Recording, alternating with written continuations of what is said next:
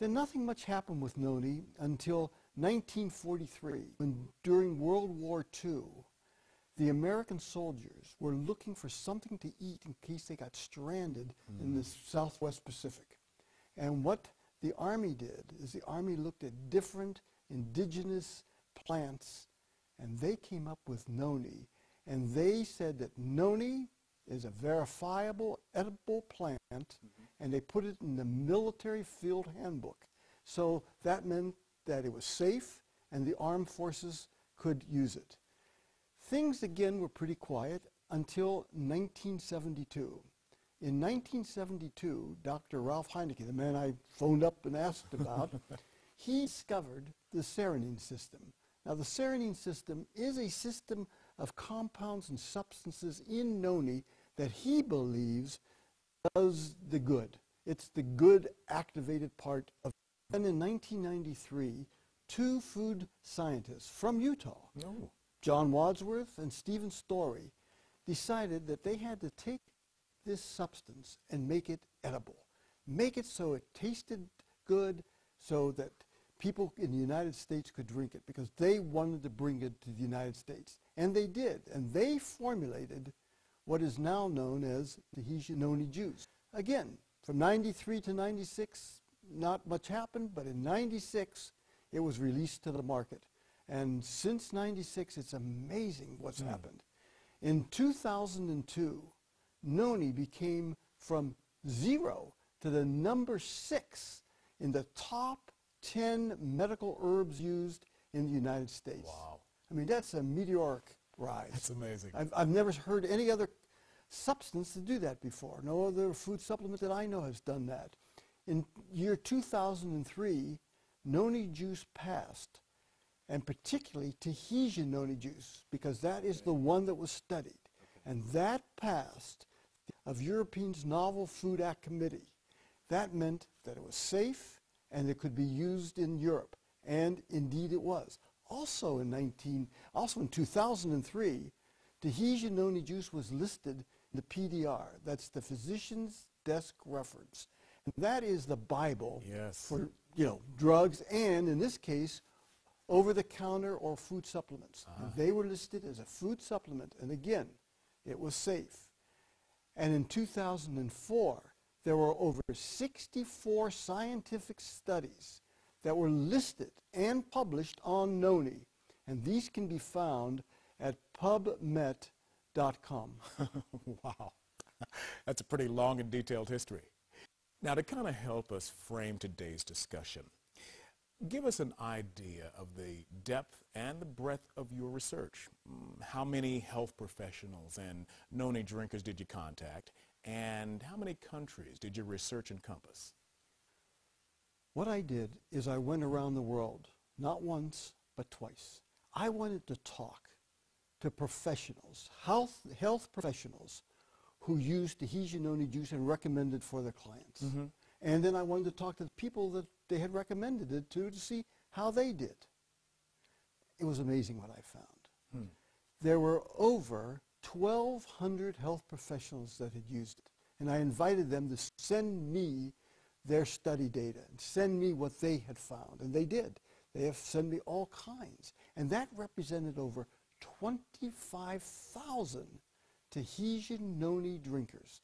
That's a lot of people that drank Tahitian noni juice. And my study started in 96 and has gone till the present time. And this encompassed over 80 countries and 29 different health conditions where Tahitian noni juice helped. Wow, that's a pretty long trip, isn't it? Has there been much research and publishing done on noni? Yes, there has.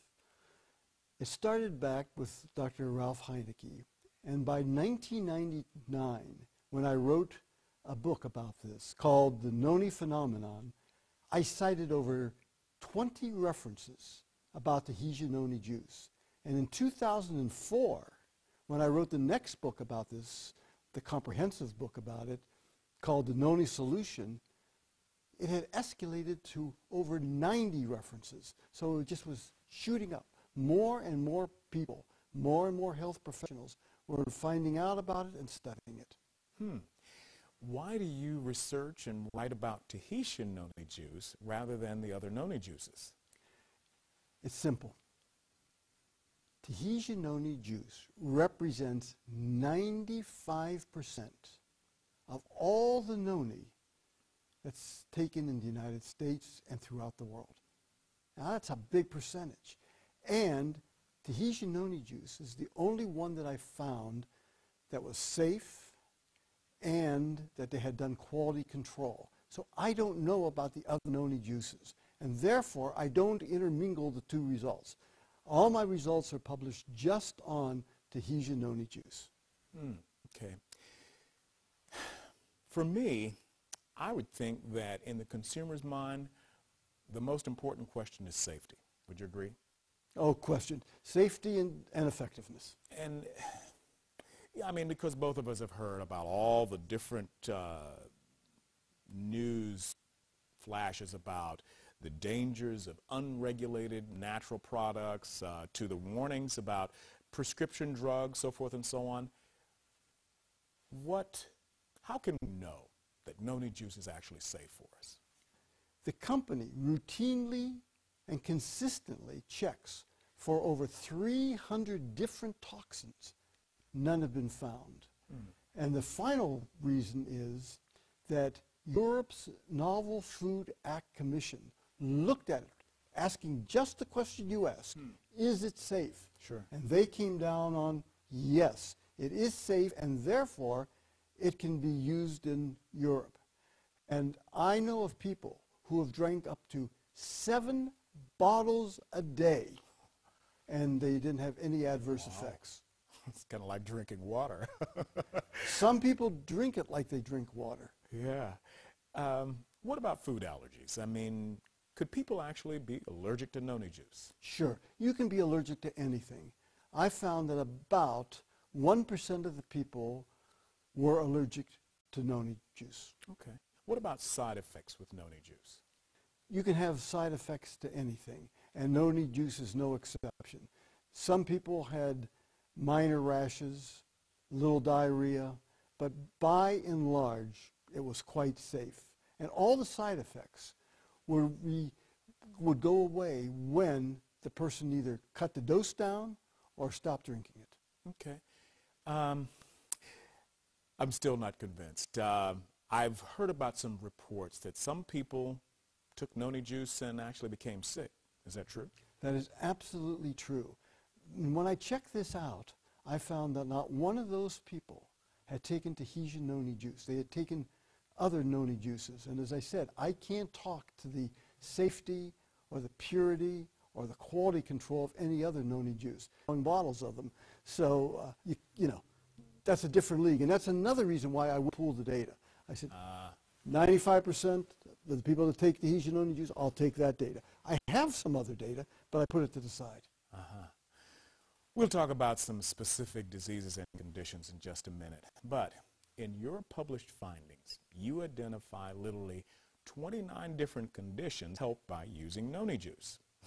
That's what my grandmother would have called a tonic. Good for what ails you. But there raise some red flags for the sophisticated consumer of today.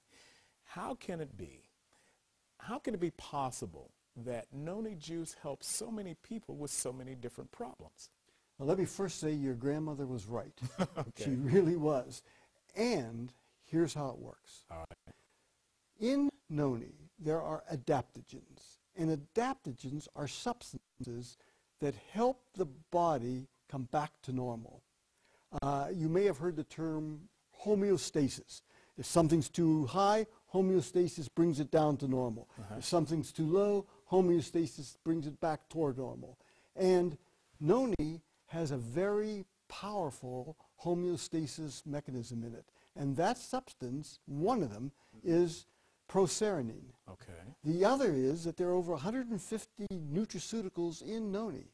And any of those nutraceuticals can be an agent that can bring into homeostasis.